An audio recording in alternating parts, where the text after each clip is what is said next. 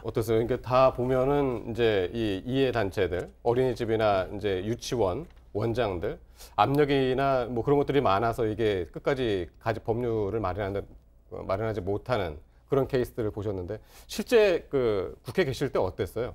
지역구 의원이셨잖아요. 예, 저는 뭐 유치원 관련된 법안은 아니지만 대기업 집단 윤리경영 특별법이라고 해서요. 사실은 재정법으로 한번 발의를 했습니다. 내용은 이제 큰 회사, 그러니까 우리가 흔히 재벌이라고 부르는 회사의 경영과 관련해서 뭐 횡령 배임 등으로 형사처벌을 받으면 일정 기간 동안 경영 참여를 배제하는 법안 내용이었는데 발의한 다음에 뭐 좀 철회를 해줄 수 있겠느냐라는 부탁을 받은 적은 있어요. 근데 예. 철회는 안 했고, 근데 결국에 19대 때 통과는 안 됐습니다. 그래서 입법에는 실패를 했는데. 아니, 로비 단체가 부탁은 할 수 있는데 네네.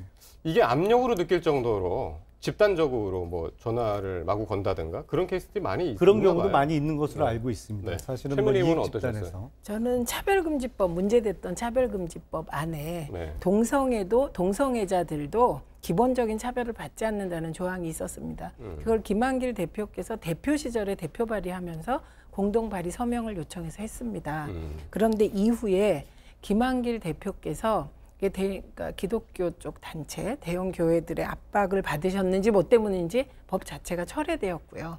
근데 이게 2016년 총선 때까지 영향을 미쳤죠. 그래서 저는 지역 일부 대형 교회에서 제가 동성애를 지지한다 이렇게 해서 되게 곤욕을 치른 적이 있습니다. 근데 그 압박은 굉장히 거셌습니다. 굉장히 그러니까 용기가 필요한 대목인 건 분명해 보여요. 그러니까 이번에도 보면 경기도 교육청의 경우 지금 시민 감사관들이 나가서 이 유치원에 대해서 이 비리가 있는지를 지금 감사하고 있다는 거 아닙니까? 근데 최순영 전 의원, 민노당 의원이었죠. 그 시민 감사관으로 활동을 하는데 유치원 비리 폭로하겠다 이 부분에 감사하니까 10억 원을 주겠다라고 회유를 했다는 얘기를 본인이 했고요. 예. 그다음에 다른 감사관의 경우는 소리 안 나는 총이 있으면 쏴버리고 싶다라는 얘기를 유치원 원장한테 들었다라는 거고요. 그러니까 네. 그 정도로 어쨌든 그 현장에 지금 반발과 압박이 크다는 거죠. 박용진 의원의 경우도 본인이 사실은 교육위로 간지 정무위에서 네. 이제 그 은사분리 반대하다가 이제 정무위로 갔는데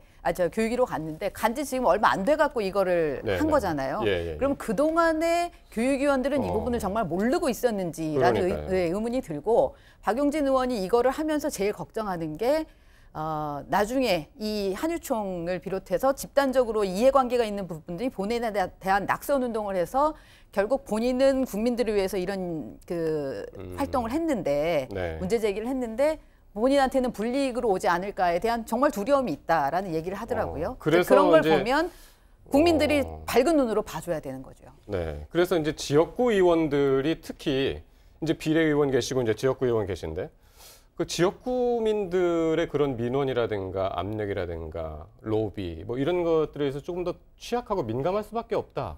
그렇게 봐도 되는 건가요? 어떻게? 그거는 뭐 선거로 당선이 돼야 되는 사람 입장에서는 지역구 주민들의 이야기가 가장 무서울 수밖에 없죠. 근데 그게 너무 이 얘기 저 얘기에 갈팡질팡 왔다 갔다 하다 보면 도대체 저 사람은 주장하는 게 뭐야 이렇게 비칠 수가 있기 때문에 어느 정도의 자기 의지는 갖고 일 처리를 하는 게 중요하겠죠. 근데 조금 관점은 틀릴지 모르겠습니다만 저는 다른 각도에서 좀 말씀을 드리면 사립유치원이 설립 시점에는 순수하게 개인 재산으로 이제 설립이 되거든요. 근데 설립이 돼서 운영되면서부터는 이게 사립학교와 거의 비슷한 대우를 받아요. 그래서 이게 설립자가 어떻게 다른 사람에게 양도를 하거나 매매가 사실상 금지되어 있습니다. 그래서 이거를 지금 우리의 출산율이 나아지지 않는다면 뭐랄까 이게 출구 전략을 만들어 주면서 엄격한 회계 관리를 하도록 제도 개선을 해나가는 게 중요하지 않을까 싶습니다.